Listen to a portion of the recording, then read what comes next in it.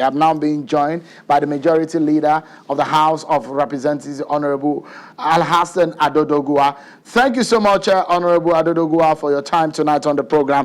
And let me perhaps start this conversation. And that we've heard from Bola Tinubu, from the statement that you released, but a lot of the members of your party still believe that the rancor in the party was majorly a 2023 presidential affair that is disrupting the peace of the party. What do you say to that? Thank you so much, Sheun, for really having me on this very important platform. Going by your question, I think I need to be very clear. Of course, you cannot rule that out. This is democracy, and not just democracy, democracy in action. So whatever comes out of this, you cannot actually separate between the chaffs and the grains. Certainly, there are certain interest, vested interest in what is really unfolding in the present or the ongoing crisis of the ruling APC. We are approaching 2023. It might be a little far, but of course, it's not too early when you begin to make permutations as what comes out of it when the actual times come, or when the die is cast. As a matter of fact, you cannot rule out the fact that yes, it has not been quite smooth for the APC in recent weeks and months. But obviously, looking at the background and the platform in which the party was actually formed, with various individuals, political interest groups from various and diverse political background, this is even something that one can call is like a normal thing, but in abnormal circumstances. Crises in political parties are natural, and crises in a political party like the one we have in the name of APC, which of course was formed by a merger between and among different political opinion holders, is naturally expected. And whatever that means, I believe we live for time to define the remaining, because this is like a game. Politics is actually like a game, and it depends on how people who play the game look at it. Whether it is for 2023 Majority Leader, let me quickly ask you this.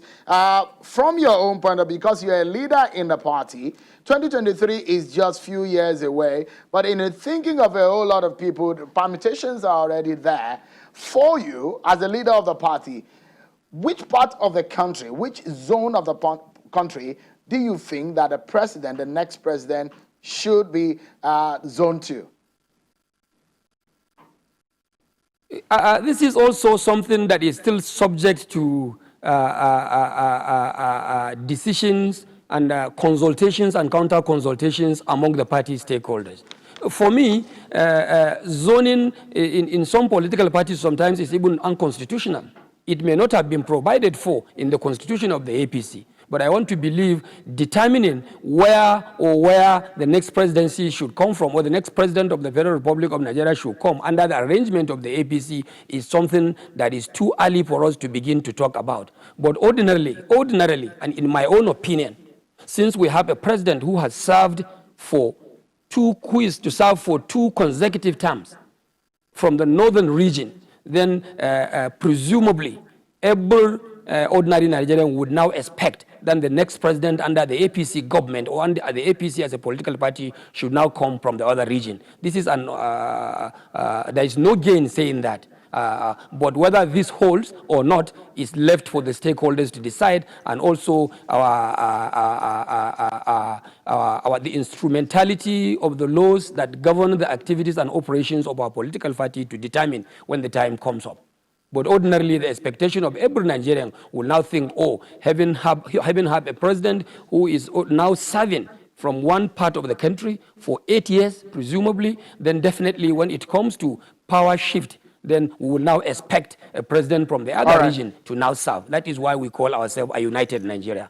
And this party, despite our differences, we must have to also accept and look at the permutation from this point of view.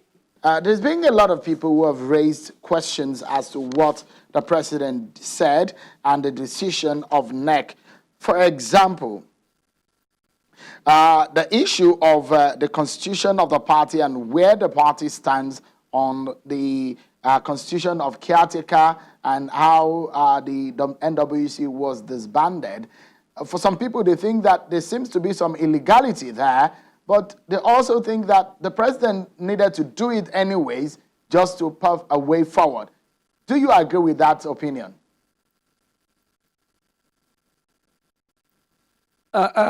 Yes, I think, Sheun, in my very candid opinion, when we all went for that meeting, I am a member of the APC NEC, and I was part of that meeting. We all felt that whatever we got to do must be done, because we all believed that the party was in a quagmire, in a serious crisis, and that crisis, we must get out of it. I even want to commend Mr. President, first of all, for doing for the first time coming out to really provide leadership for the political party, which he belongs. The Buhari you knew and the Buhari I also knew wouldn't have even delved into matters like this. And I was to have to say kudos for him for even mustering courage to have provided desired leadership for the party to get out of this crisis. It was actually a decision that was so painful on our own part. I have to be very frank. It was so painful and difficult to take, but we had to take it to get out of that quagmire we found ourselves. A ruling party like the APC into this kind of crisis bedeviled by court orders and counter court orders. Certainly we must have to provide for ourselves a direction. We must have to provide ourselves a clean slate for us to operate. And the most important thing about the decision we have taken in that NEC was not even the involvement of the president. The most important thing is that major stakeholders in this political party have taken in good faith that the decision taken at the NEC on Thursday was one that was taken with the best of intentions. And I believe the reaction we have gotten from major stakeholders, reactions we have gotten from party men across the length and breadth of the Federal Republic of Nigeria are encouraging reactions. And I want to believe day in, day out, we'll continue to look at these issues as they affect the party cohesion, as they affect our own mutual coexistence as party members. So quickly, Honorable, let me ask you a very quick one, and I'd like you to quickly answer these, Honorable.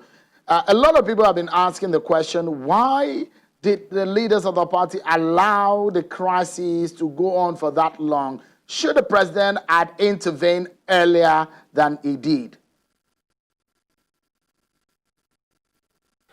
I think this is quite a difficult question, but I will answer you this way, Sheun. Sometimes a problem could come up. You never could expect that it will get as bad as it was, and when you allow it continue, then it might be getting out of hands. I think that was the problem we had as a body of leaders in the party, be it at the level of NEC or at the level of the NWC. For instance, a minor issue emanating from a ward, councillorship ward, suspending the national chairman of the party was an unfortunate one. And I think the party should have swung into action to make sure that that issue, minor issue that started from the ward, should have been addressed much earlier, in fact, in a more diplomatic manner, in a manner that could resolve everything out of court before, unfortunately, we got to where we are now, and which, of course, is shaking the stability of the political party. Majority Leader, just a moment, please. The final decision. Let me bring in another member of your party who is also a lawyer. Mr. Daniel Buala joins us now. And perhaps let me get your view, Mr. Buala. Thank you so much, Mr. Buala, for joining us tonight.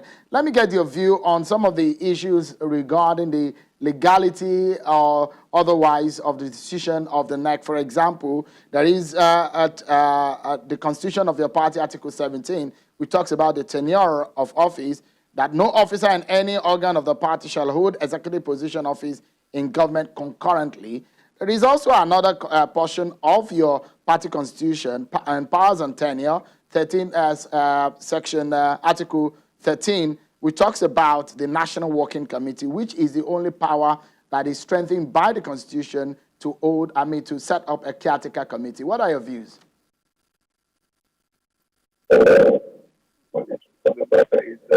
Like others have said, it's the doctrine of necessity. Every of the steps taken from when notice of meeting was given to the court of everything. We can definitely run of the. I think we're having a terrible audio there. Let's take a moment to fix it. And let me ask the same question. Let me ask Honorable Ado-Doguwa the same question. Honorable, if you look at the position of your constitution, your party constitution, it definitely stands opposite the decision of the NEC and that of the position of president, which a lot of people are raising eyebrow. For example, the notice of meeting and the decision to set up a caretaker committee. What's your reaction to that? I think my take on that, Sheun, is the fact that we are trying to provide a political solution. That is my take. And in trying to provide a political solution, you may not necessarily have to have recourse to any legal or constitutional provision. After all, the most important thing, even though I am not a lawyer, but my rudimentary knowledge about law is that once you can be able to achieve what you want to achieve through mutual cohesion, mutual understanding among stakeholders and interested party members, the ends, like Robert has said, will always justify the means. And I also know of this legal principle that says volunteer non fit injuria. Even the issue of the acting capacity of Mr. Giadon and also the dissolution of the NWC by the NEC presided over by Mr. President, who is naturally the leader of the party, executive leader of the party. I think even when there are some legalities that were maybe consciously or subconsciously being trampled upon, the fact is that as long as nobody cries out against that as a party member, is that we have all accepted wholeheartedly that this is a means to resolving our political misunderstanding. And as long as stakeholders, especially major stakeholders, the NWC members, major stakeholders, including the national leader of the party, who of course has made a statement, issued a statement, we are all his people. I have no doubt to mention that I'm a Bola Tinubu person, and I have no regret to say that. And we are being guided, of course, by the statement he has made that we should all join hands to now back the decision of Mr. President, who has now provided like a direction for the party to come back to its own footing. And that is what we are doing. We will also continue to see how we will encourage party members down the grassroots level to ensure that we obey and abide by the position of Mr. President, because that is the only way to get out of it. So it's not about a legal thing. It is a political problem that we want to now achieve peace and stability through political solution. And that is what we are doing. Let's close the program now. The ranks and files of the party is quite impressed by the decision provided and the direction provided by Mr. President, and we will continue to be so guided. Nobody cries out in the NWC. No other stakeholder also cries out by this decision, including the national leader, like I've said. So we will continue to operate and look inwards to see how we get out of this problem, because the interest of the party should be supreme than our individual interest. So let's close the program, and I'd like your intervention in about 20 seconds so that we can close now. When the neck of the party envisaged that a national convention will hold, did it give the caretaker committee the duration of the tenure of office? Tenure of office of the caretaker committee was that was clearly stated. It is a 6-year tenure caretaker committee, and it is the same caretaker committee that will now provide, that will also serve as the convention, mini convention, extraordinary convention committee. 6-year tenure is provided for them, and they are also charged with the responsibility to also arrange and provide for the extraordinary convention. And thank God we have an experienced person. He is not just a governor. He has been, Mai Malabuni has been a party man, experienced party administrator, not just being a governor, but because of his background and experience, I think he is rightly given the right job, and he will do it very successfully. I even like the way you now called him the Mr. Fix-It. I believe he will fix it very well for the APC to be well again. Honorable Alhassan Ado-Doguwa, Majority Leader of the House of Representatives, a member of the House there from Kano. Thank you so much indeed for your time tonight. It's unfortunate we couldn't get Mr. Daniel Bwala back on the program, and we'll try to see if we can get his thoughts some other time. Thank you so much for your time.